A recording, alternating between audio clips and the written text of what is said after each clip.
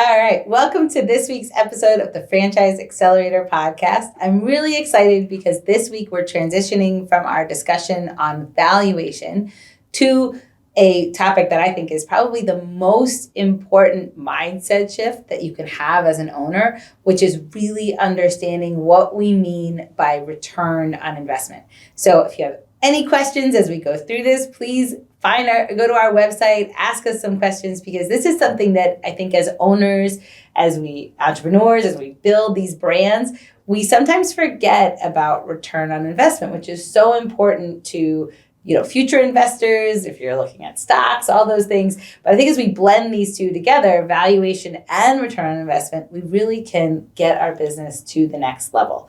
So as a starting point, what we want to do is talk about ROI. So what do we mean by ROI and how is that different than valuation? Well, in an ideal world, if we were looking at a typical company, right, you have valuation, which is what the company is worth. If you were going to go sell, if you were exiting the business, that has a number. Let's say it's $500,000.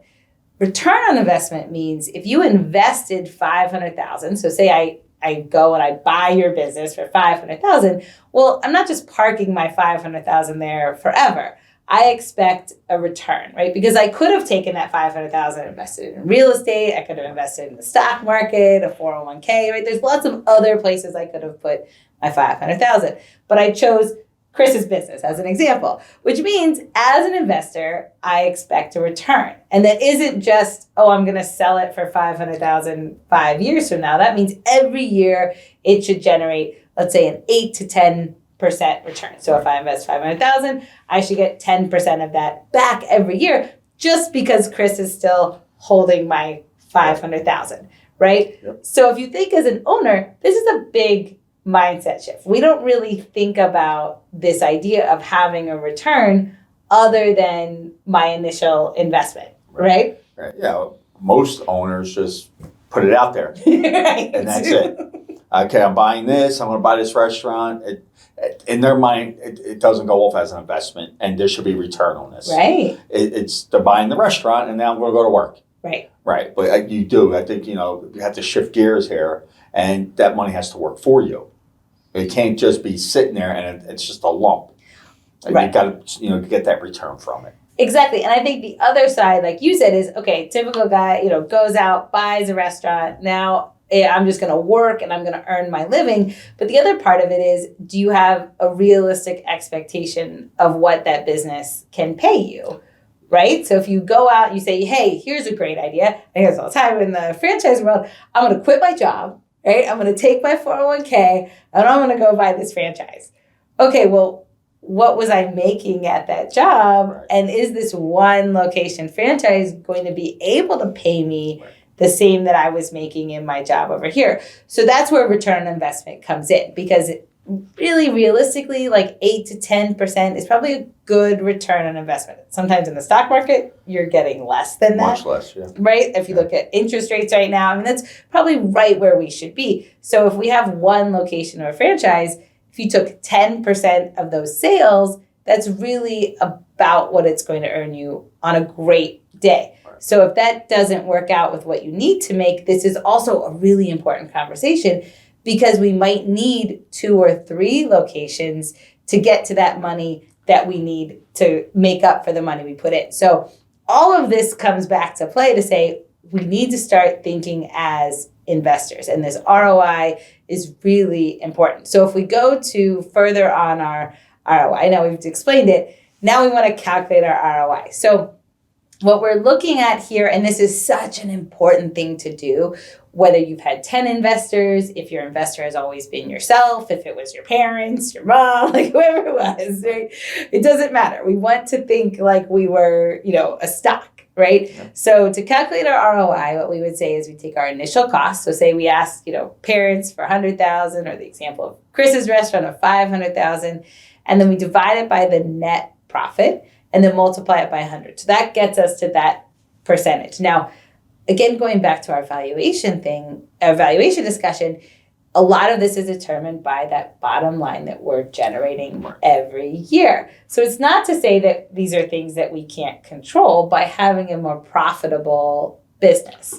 We definitely control it. right? If we're working hard on our business, we're doing what we're supposed to do, we're investing in it, our time, our efforts, that number should grow. Yes. Automatically. If you're sitting back and you're just letting your investment sit there, then that number's not going to grow. It's going to shrink. Yes. So, it just like anything else, it's, you have to work on your investment. Well, I agree. And I think that by doing this calculation, similar to the valuation, it can create a sense of urgency that it's not okay to have a bad year, right? I mean, it's going to happen. Obviously, we all went through 2020 and 2021. So it's not to say there wouldn't be bad times, but, we can't just sit back and be passive about it. No, under normal circumstances, we shouldn't take a loss. Yes. Right? We can't help what happened back in 2020, right? That happened. Everybody, got through it. Yeah. We learned some hard lessons. Yeah. But, you take those lessons you learn from that and think about this. That could always happen again. Yeah. So don't you want to be ahead of the game? Have your investment way up here? Yes. Right? So I think that's, part of what you have to think about. Yeah, and I think the other element that comes into play a lot that we hear a lot is, okay, say I have my initial investment, but say I'm thinking about doing, a new patio, or I'm thinking about doing an improvement. I mean, that also comes back to ROI, right? Like, is that new patio going to generate more? Right. Or yeah. So a lot of people like to look at dining room seats could generate X amount of dollars, one seat. Mm-hmm. A bar seat could generate X amount of dollars, depending on what part of the country you're in. So you probably want to kind of find out, and you're part of, the country you're in, what are they calculating one seat is going to value? Yes, and exactly. I'm going to put 50 seats in times, they're telling me that's going to earn me per day $150. Yeah. So then I want to say, okay, I have to turn this 3 times for dinner in order to get that value. Right. You can't just go in blind. Yeah. There has to be a number on everything that you do. And you got to, do you think you could turn that patio 3 times, for dinner? If you think you can, then it's a great investment. Right. But if your lines haven't been that long and you have that one dining room and no one's calling trying to get extra reservations, you probably won't turn it 3 times. You're probably going to fill it. Yeah. So maybe, you just have to think of different ways to make that work for you. Yeah. But I think thinking about the investment back into the business in terms of ROI is so important, because we've seen so many times where it's like, oh, if I, redo my bar and it, is this, but does that really generate more than what I already have? Or again, knowing none of us have unlimited dollars, right? Unless you're Jeff Bezos, or would that same, $100,000 improvement be better served in, say, a new location or a food truck or something else? But really thinking of it from the standpoint of return is so important. Yeah, and that's, again, if you go to the bar, like I want to just facelift my bar for no reason, it's probably not the best idea, right? The bar's fine, you're making money, you're generating money, but leave the bar alone. Right? Don't mess with it. Right. Put it to where you're going to say, well, I think this could generate us a nice profit, a great return. Like you said, maybe a food truck. Maybe you want to start advertising catering. You haven't done it. Yeah. Right? So you put it somewhere where you know that return is going to be worth it. Yeah. And then I think the other element of ROI is our employees, like especially our management team, right? You put a lot of money into, say, a director or a GM, but really looking at that as not just the cost of doing business, because it is, but especially in the management roles, I mean, that's subjective, right? You're deciding to have a GM and a director versus, say, the owner. So what's that return? Like, how am I getting more out of these roles than if it were being done by myself? Well, as the owner, you should know, if you have that director, what is their value? Yeah. What are they bringing in the door? Right, and if you have a GM as well, what are they doing for me? Yeah. Do I have low employee turnover? Is this GM doing a great job, or is he, just burning them out and bringing new ones in? Now it's training costs, and when you release someone, you never get to hire someone at the same cost, so it'll be higher. Yeah, and then you got to train them, right? So it all plays into it. Like if you're going to be in that position, you as a GM, I know I need to give my boss a return. Yeah. So hopefully, as long as you're looking for that return. Yeah. And if you're not, you got to start. Well, and I think that's the mindset shift that makes ROI probably the most important thing that we're going to ever talk about in Franchise Accelerator world, because it's not just capital expenses, right? Everyone thinks about, oh, it's for the build out, it's for the new location, the next location. It's really every cost you have, because you could argue the same for your software costs, right? If I invest $20,000 in new POS, like, what's the ROI? Is it faster service? Is it makes my employees happy, makes their job easier? Because a lot of times, even in the software world, we're investing tens of thousands of dollars into software that's actually costing us more in labor, stressing our employees out. Longer times. Yeah. Like, is there ROI there? Or are we just walking around saying it's the cost of doing business and then watching our bottom line dwindle away? Yeah, no, I agree. POS should be simple, and they're not. A lot of them are getting more and more because everybody wants to create one now. Yeah. And everybody wants to have one. Yeah. So, and they're getting very complicated. It's too long to put an order in. Yeah. So you're not getting an investment there. On your investment, there's no return. Yeah. It's actually hurting you. So, but everything in the restaurant is an investment. Yeah. And there needs to be a return on it. Let's talk about something simple as your chair. There's a number on that. Right. There's a number on that employee. Is it comfortable? Do people want to sit there? Right. Is it going to generate me $150 a day? Yeah. Is this employee going to be able to generate me, X amount of dollars? Is my GM making sure that I'm getting X amount of dollars out of him? Everything there is an investment, down to the silverware. Yeah. Everything's an investment. And that's where I think it's such a great exercise to really look at the money you've put in your business so far, right? And look at the money that you spend every week, every month, and really start asking these questions, because I think there's little things that we could do more purposefully, right? Not saying we cut everything, not saying we cut off the internet, we have no software, right? We're back to pen and paper. Like, that's not the answer either. Right. But really thinking about, either my return is efficiency, my return is, making my employees' lives easier, or, extra customers, right? Growth. But there has to be some sort of return for the money that we're putting in. Every step you take, everything you do, there needs to be return on it. Yeah. There are things you're going to do that is not even going to cost you $1, but there's effort as an owner you're going to put in. Yeah. You have to get a return on that as well. Yeah. Everything you do when you own a business, there has to be a return. Yeah. And I think taking that step back, again, I think if you looked at your business, and ask, it's sometimes a hard question, but would my business be a good investment, right? Would I be willing to put in $50,000 into my business right now? Would I get a return, right? Would I get that 8% return for my investment? And it's an eye-opening question. If an owner would step back and ask himself that question, I bet you a lot of them won't make that investment again. Yeah. Right? Like, well, I already opened this place. It's really not doing well. I'm doing everything I'm supposed to do. Do I really want to dump another $50,000 in here? Yeah. If someone else owned it, would you do that? Right. And the answer is no, then don't do it. Right. But also, if the answer is no, then what are the things that make it a no? Right. Because somewhere between your sales and where it is at the bottom line, there's a lot of questions of ROI. Right? Something you could be doing better. Yeah. Is there something you're not doing? So you answer all those questions, and hopefully you come up with the right answer. And if you're going to put the money in, then you have to expect a return. You have to, right? Walking around not paying yourself, not getting that return just isn't serving anyone. But, it's not about where we were before. It's about making these changes, because I guarantee there's something in your menu, there's something in your labor, there's something in your operating costs that just aren't serving you as well as they could. So I don't think the answer is, walk away, but it is to wear the hat of the investor. To say, if I walked in as the outside investor who came in, what are the things that I'm afraid to do, don't want to do, don't really want to stomach, the changes that need to be made, and yet I know I'm going down this path of not generating the return I could be generating.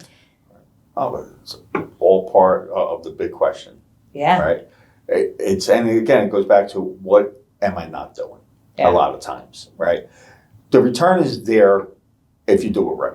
Yeah. So I think that's the most important thing. Let's figure out what we're doing right, what we're doing wrong, and let's do more of what we're doing right. Right. And let's get the wrong out of it. It's usually not any harder than that. No. Right? No. And, maybe there's some things you wanted to try. You just were like, well, I don't know. And, a lot of things to try in a restaurant doesn't cost you any money. Yeah. It's just time and effort, like I talked about before. If you're going to put that effort in, that's an investment. Yeah. So you want to get a return on that. Yeah. So maybe you wanted to open on Sundays and do a brunch, but you just were like, I don't know. Just do it. Yeah. Because that's a time investment. Yeah. And then, see that investment start growing. Yes. I think that's what's important.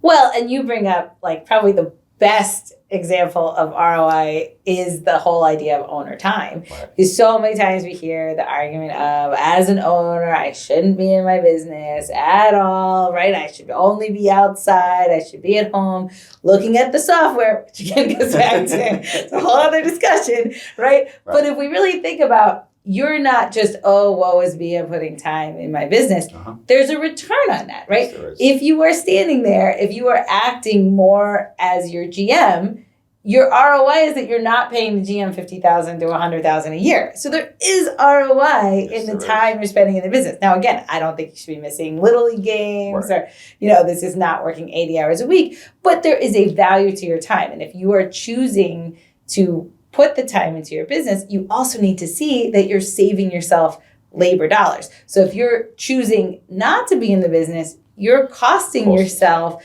$50,000 to $100,000 to have that high level employee, if not more, depending on where you are. And that's okay, but that $100,000 is coming out of your bottom line. That's your investment. It's your investment. It's your investment. It's just sitting there, And I'm a big believer of your time and your effort. As an owner, it should be the biggest part of your investment. Yeah. Your money was needed to get in the door. Right. But now that money's there, let that start earning money for you. Yeah. You need to add your time to it, and that's your new investment. Yes. I always believe that, and the people, like you said, that say, I'll work from home, I can be on the computer, I'm going to check some numbers. You're not checking anything. There's nothing happening. You need to be in that restaurant, be the figure, let everybody respect you. Look, they know you know what's going on. Yeah, because again, it's fine to say that you're not going to be in your business, but that is costing you money, right? You have to replace yourself. You have to replace that body. And, again, probably a minimum of $50,000 to $100,000 that's just going to come right off your bottom line. And if that's your decision, great, right? Like, if you're making $400,000 a year in your operations and you can afford that. But again, you got to really think about that's money coming out of your pocket. Right. No matter how much you're making, you're losing that part. Yes. Right? Yes. And not only that you're paying a high level GM that you don't need if you are a restaurant owner. It should be you. So then it becomes, there's going to be less mistakes because you're there. Yeah. Right? You're going to have less refires, less customers getting angry because the order came out wrong or it took too long to get waited on. Yeah. You're there. You're being the face of your business. You are your investment. Yeah. Exactly. And that's where, again, I think it's reframing it. I think it's once we start to look at our business as probably our biggest investment and expect a return, right? We should receive, as the owner, 10%. Like that's really what you should get as a return in addition to your money that's just sitting out there as your valuation and you're going to sell one day. Like this is in addition to. These are two separate conversations. Yes. One is you're going to sell it one day and hopefully get your money back plus whatever. But the other is every year you should be getting a return for having invested in this business. Right. And I think once we start to shift our minds, we'll see maybe it's worth 30 hours of my week to protect it and get my return, right? Maybe it's worth that. I mean, it's great to be on the golf course. It's great to be at the beach. Like that's all fun. It's all good. But, there is an element of maybe I want that return and I want to make sure it's protected. So one thing I tell a lot of people when they invest in the restaurant themselves, they buy one, they're the owner, and they're like, well, I invested in a restaurant. I said, no, you invested in you. Yeah. You didn't invest in that restaurant. You invested in you. You're trusting that you're going to do what it takes to keep this investment going and growing. And when I tell people that, it changes their thought. It's so good. It's like, so I'm responsible to make sure this works. Right. Well, yeah, you are. Yeah. You're going to grow your investment. You're the person that you invested in. Yeah. Is you. And I think reminding ourselves, this is what we love about entrepreneurship, right? Yeah. This is one of the things that we love is that you're in control. You're not at a Charles Schwab or at a, Smith Barney or whatever. Like you do control it, but you do control it. You control it. And that's important. So, yeah, no, I think this has been such a great conversation. So please, if you want to learn more about our valuation course, if you want to schedule a time to talk with us about valuation and return on investment, I think these are such a valuable conversations to have, especially as we get into the end of the year and move on to 2024. Absolutely.